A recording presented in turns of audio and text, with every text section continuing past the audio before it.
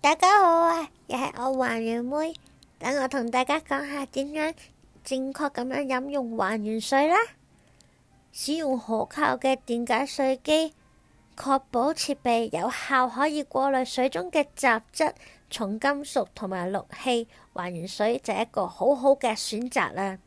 除咗有乾淨嘅水，仲可以飲到好出色嘅還原水。咁究竟點樣可以飲用呢個微鹼性嘅還原水去改善體質呢？首先，第一個方法就係空腹飲用。喺朝早起身嘅時候，空腹飲用大概200至300 ml， 有助促進新陳代謝。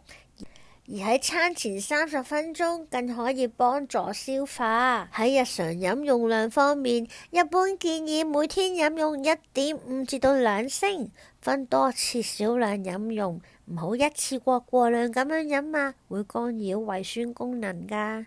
第二，喺水溫方面，可以用溫水更加好，千祈唔好加熱啊，因為過度加熱會減少水中嘅活性氫㗎。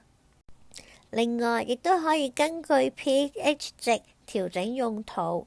弱鹼性水 pH 8至9.5，適合日常飲用，尤其飯後可以幫助平衡酸性體質。如果係 pH 9.5以上呢，就通常唔建議長期飲用㗎。不過呢，可以用嚟泡茶或者咖啡。中性同埋弱酸水就係可以當你服用藥物或者沖奶粉嘅時候就可以用㗎啦，避免影響藥物吸收。總括嚟講，還原水亦叫做電解還原水，係一種通過電解質來生產嘅水。